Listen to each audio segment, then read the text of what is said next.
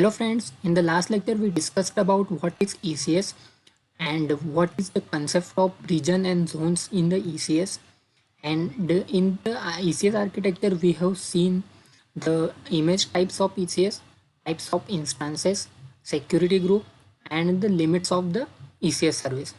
Okay, so in the today's lecture we will see what are the storage options supported by the Elastic Compute Service, and in the upcoming lecture we will go with the practical part, that how you can attach the extra disks to the your instance, or how you can stop and reboot your ECS instance. Okay so चलिए दोस्तों शुरू करते हैं हमारे next lecture से। तो जब हम स्टोरेज की बात करते हैं तो अलीबाबा क्लाउड जो है हमको 3 टाइप की डेटा स्टोरेज सर्विस प्रोवाइड करता है, जिसमें फर्स्ट है block storage, second is object storage service and third is Apsara file storage NS. Okay, so in this lecture we will discuss about what is block storage और object storage service और अप्सरा file storage NS service. ये दोनों service हम आने वाले lecture में discuss करेंगे। Let us go with the block storage. Block storage is a type of storage that divides the data into blocks or chunks and store them in separate evenly sized blocks with a unique address.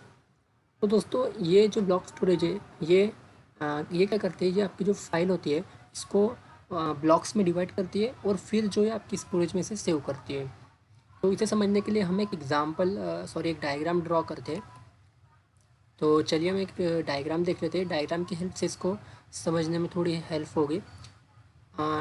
तो suppose ये जो है आपकी data है या आपकी कोई file है।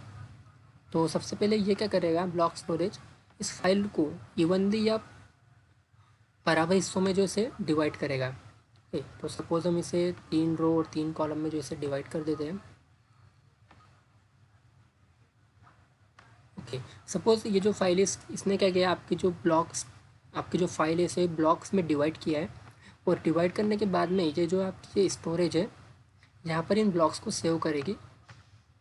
ओके, सपोज़ ये जो आपके 9 ब्लॉक्स है वो, और जब ये सेव करेगी तो ये कोई सीक्वेंस फॉलो नहीं करती है। ये जो आपके बॉक्स है ये जो है रैंडमली जो है आपके स्टोरेज डिवाइस में आपके सेव हो गए। ठीक है, इन दिस वे कितने हो गए, 3 6 8 और 1, this is a last one. Okay, so in this way it will store all the blocks in this storage type. और जब आपका जो डेटा रिट्राइव होगा तो ये जो बॉक्स सब एक जगह मिलकर आपका जो डेटा है आपको एज इट इज़ रिट्राइव हो जाएगा। ठीक है, लेकिन अभी आपको क्वेश्चन होगा कि ये जो ब्लॉक्स है अगर ये ब्लॉक्स में डिवाइड कर रहे तो ये जो ब्लॉक्स है ये फिर से एक कैसे होते हैं। तो इसे अगर हम समझना चाहते हैं तो ये क्या करता है, ये जो ब्लॉक्स इसने डिवाइड किए इनको एक इंडेक्सिंग प्रोवाइड करता है। Suppose is 1, it is 2, it is 3, it is 4। Okay, so in this way it will go up to 9। Okay, और ये जो ब्लॉक्स होते हैं ये जैसे कि मैंने अभी कहा था ये जो है रेंडमली से होते हैं। ठीक है, सपोज आपका ये 3 नंबर का होगा तो ये आपका 6 नंबर का होगा। ठीक है, ये जो होगा आपका 9 नंबर का होगा, ये आपका जो 1 नंबर का होगा, suppose it is a 5th। Okay, ऐसा।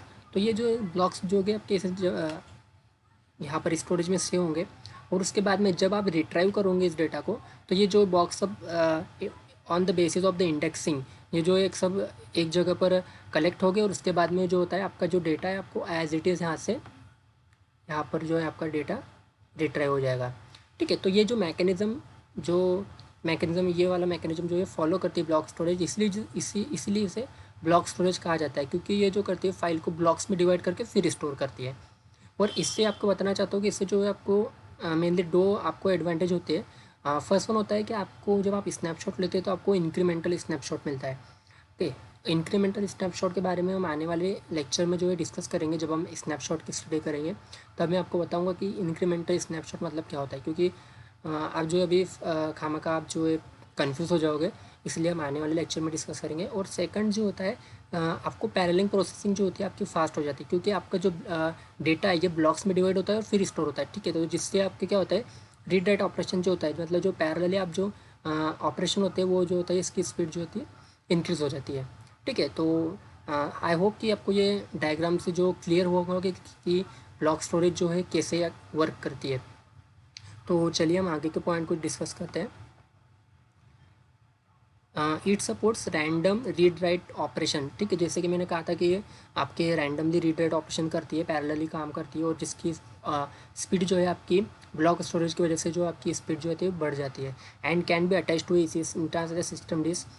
तो ब्लॉक स्टोरेज ये क्या होती है, ये एक नॉर्मली आप इसको कह सकते हैं कि ये जो होती है आपके सर्वर की हार्ड डिस्क होती है, ठीक है। मतलब आप उसको एज अ रूट वॉल्यूम और एज अ बूट वॉल्यूम आप आपके इंस्टेंस को से क्रिएट कर सकते हो। रूट वॉल्यूम का मतलब होता है कि जहाँ आपका ऑपरेटिंग सिस्टम इंस्टॉल होता है, जिस वॉल्यूम में या जिस डिस्क में आपका जो ऑपरेटिंग सिस्टम जो होता है इंस्टॉल होता है, उसे जो हम इसे उसका रूट वॉल्यूम कहते हैं, ठीक है। रूट और बूट, ठीक है, ये दो वर्ड है, ये दोनों भी सेम होते हैं। और ये जो यही डिफरेंस जो है आपकी ब्लॉक स्टोरेज और ऑब्जेक्ट स्टोरेज में होता है, ठीक है। Object storage can not be a root volume, ठीक है। जैसे कि आपकी गूगल ड्राइव भी जो होती है आपकी एक ऑब्जेक्ट स्टोरेज होती है, और आप गूगल ड्राइव को भी एज अ रूट वॉल्यूम आप यूज़ नहीं कर सकते। ये जो होता है इनमें डिफरेंस होता है। तो चलिए नेक्स्ट पॉइंट जो है डिस्कस करते हैं। It is also called as persistent storage और network attach storage. Persistent storage का मतलब होता है कि अगर आपका जो इंस्टेंस है, ठीक है, आपका जो इंस्टेंस है अगर आप टर्मिनेट करते हो तो ये जो स्टोरेज है ये आपकी डिलीट नहीं होगी। ओके, इट मीन्स एक ये जो होती है आपको बाय डिफ़ॉल्ट जो होती है, बाय डिफ़ॉल्ट ये डिलीट होती है, लेकिन आप उसको जो है ऑप्शन जो है आपका रिमूव कर सकते हो। मतलब आप इसको अगर आप ऑप्शन रिमूव करते हो तो मतलब आपको जो बूट वॉल्यूम है आपकी रूट वॉल्यूम है ये डिलीट नहीं होगी, ठीक है। और ये जो होती है नेटवर्क अटैच स्टोरेज होती है, इट मीन्स ये जो स्टोरेज होती है ये आपके डायरेक्टली आपके इंस्टेंस से अटैच नहीं होती है, ये एक नेटवर्क के थ्रू अटैच होती है, ठीक है। तो हम इसे एक एग्जांपल से समझते हैं। Just a second, I will delete this all. Okay,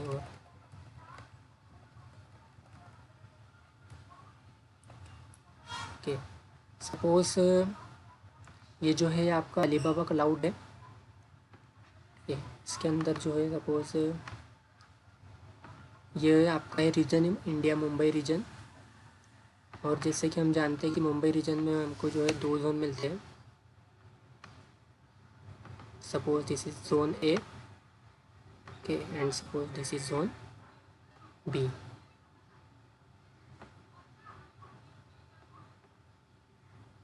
this is zone A and this is zone B. तो इसमें क्या होता है,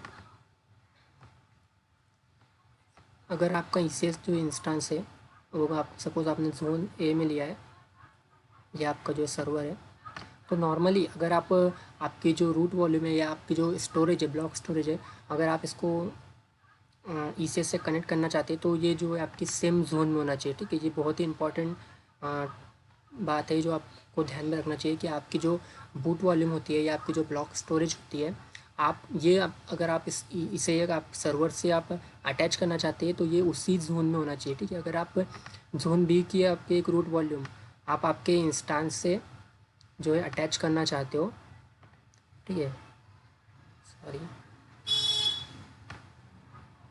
कि अगर आप ये जो है आपकी इंस्टेंस से अटैच करना चाहते हो तो this is not possible because this volume is in different zone, okay. अगर आपके ये जो वॉल्यूम है आपकी, आप इसी वॉल्यूम को आपको सर्वर से जो है आप अटैच कर सकते हो, क्योंकि ये आपकी जो है सेम जोन में है, और ये डायरेक्टली आपके सर्वर से अटैच नहीं होती है। इसका मतलब आपकी जो फिज़िकल जो हार्डवेयर होता है, फिज़िकल हार्डवेयर से डायरेक्टली अटैच नहीं होती है, ये एक नेटवर्क थ्रू अटैच होती है, इसीलिए जो इसे नेटवर्क अटैच स्टोरेज जो इसे कहा जाता है, ठीक है। तो चलिए देख लेते हैं आगे का।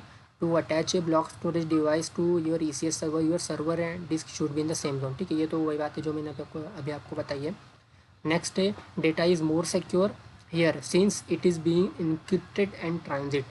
ओके, सो इसका मतलब होता है कि आपको जो है ये स्टोरेज जो है आपको इंक्रिप्शन प्रोवाइड करती है, और ये इंक्रिप्शन जो होता है दो टाइप के होते हैं, इन ट्रांजिट और in in rest. Okay, in transit और इन रेस्ट का मतलब होता है कि सपोज ये जो है आपका एक सपोज सर्वर है आपका, और ये जो है आपका रिमोट सर्वर है, ठीक है। अगर और ये जो है आपकी फ़ाइल है या आपकी जो है स्टोरेज है, ठीक है। आपको जो है ये स्टोरेज यहाँ से यहाँ ट्रांसफ़र करना है, ठीक है। या आप जो है ट्रांसफ़र कर रहे हो तो ये जो पीरियड होता है, ठीक है, यहाँ से लेके जो यहाँ तक का जो आपका जब तक आपकी फ़ाइल जो है वहाँ से ट्रांसफ़र हो रही है, ठीक है, इसे जो कहा जाता है, इसे in transit period, transition period कहा जाता है, ठीक है, और इसे जो है इन ट्रांजिट बोलते हैं।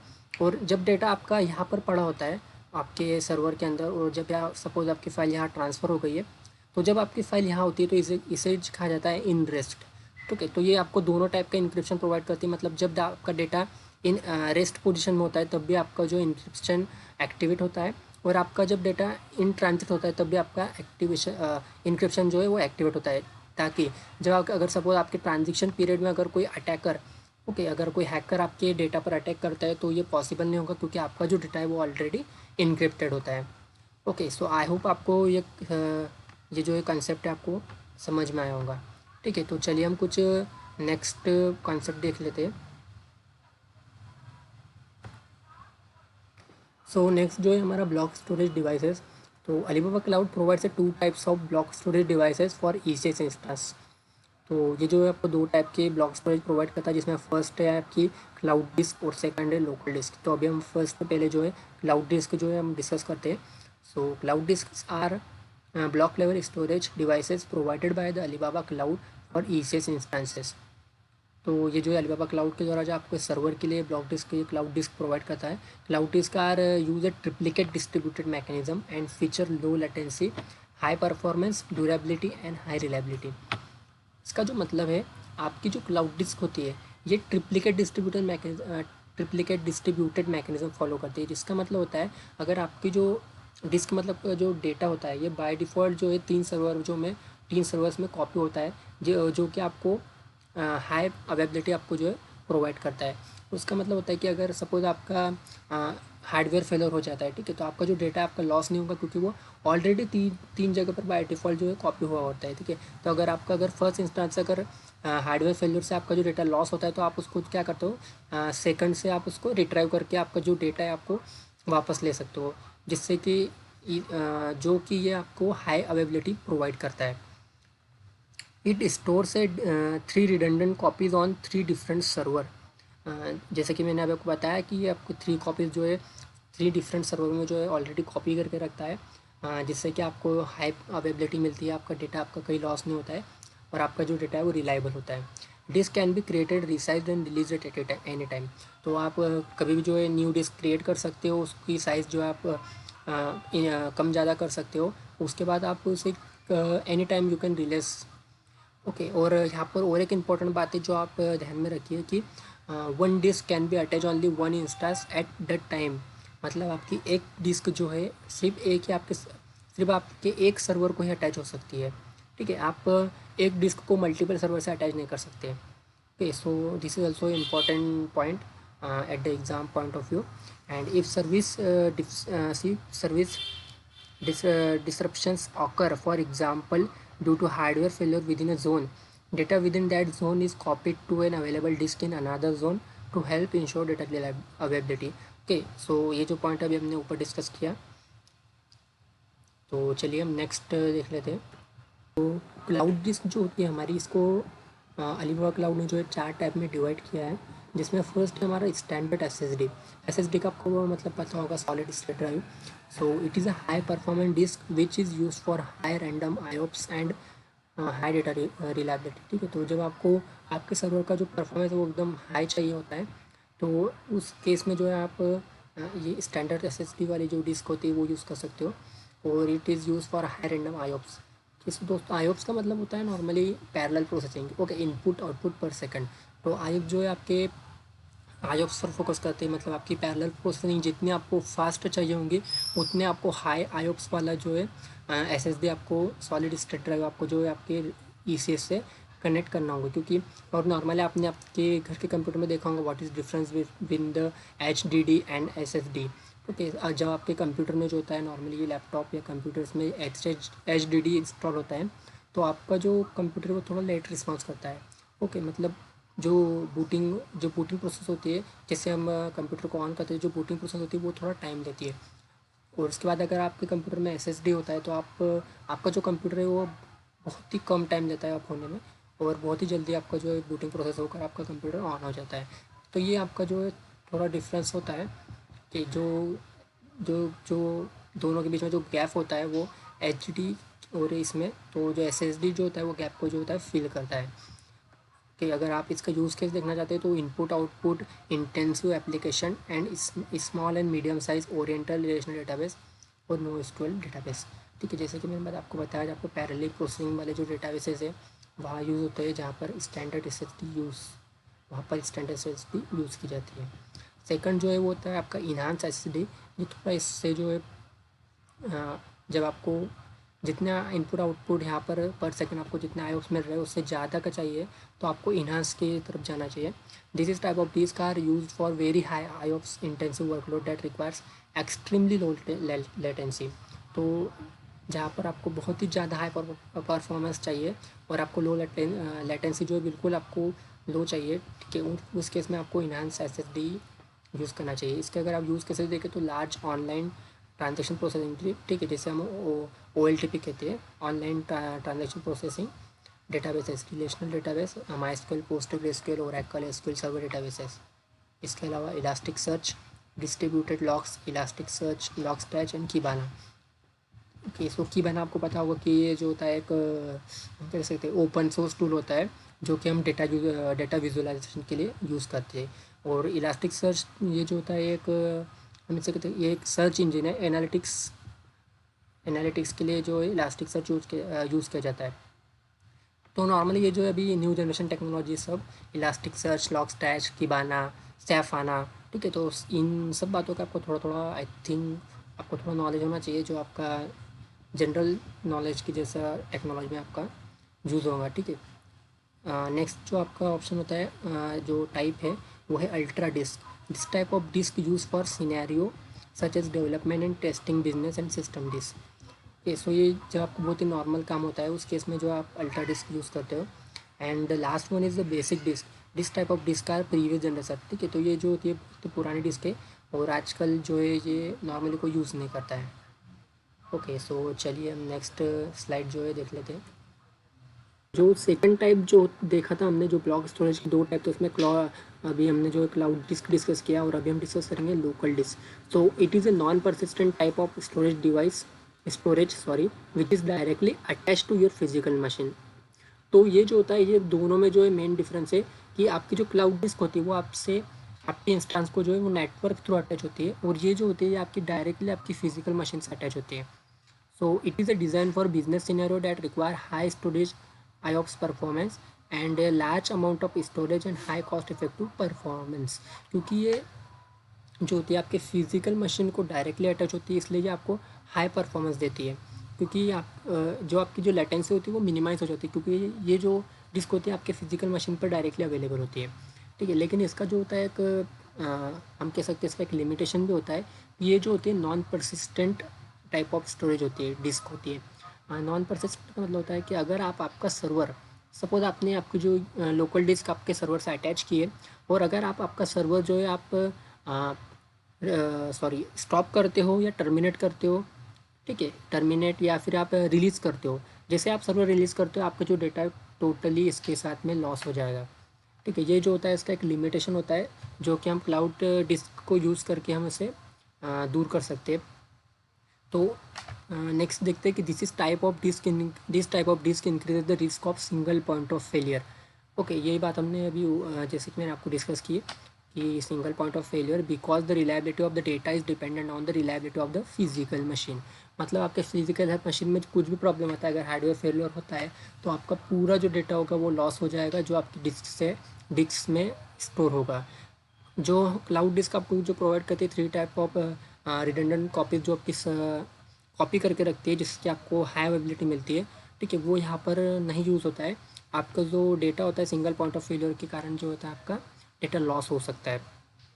सो आई होप आपको डिफरेंस समझ में आऊँगा कि क्लाउड डिस्क और लोकल डिस्क में क्या डिफरेंस होता है, ठीक है। और ये जो कंसेप्ट होता है ये बहुत ही इंपॉर्टेंट कंसेप्ट है क्योंकि एग्ज़ाम में इस कंसेप्ट पर 4 से 5 क्वेश्चन जो आपको डेफिनेटली मिलेंगे, जिसमें आपसे पूछा जाएगा कि आपका अगर सर्वर है अगर उससे हम अटैच करते हैं तो आपको क्या क्या हो सकता है, आपका डेटा डिलीट होगा या नहीं होगा, फिर अगर आप अटैच करते हो तो इसे रिस्टार्ट करना ज़रूरी होता है या नहीं होता है, ठीक है। ऐसे टाइप ऑफ क्वेश्चन आपको रियल टाइम बेस्ड सिनेरियो पर आपको जो क्वेश्चन एग्जाम में डेफिनेटली पूछे जाएंगे।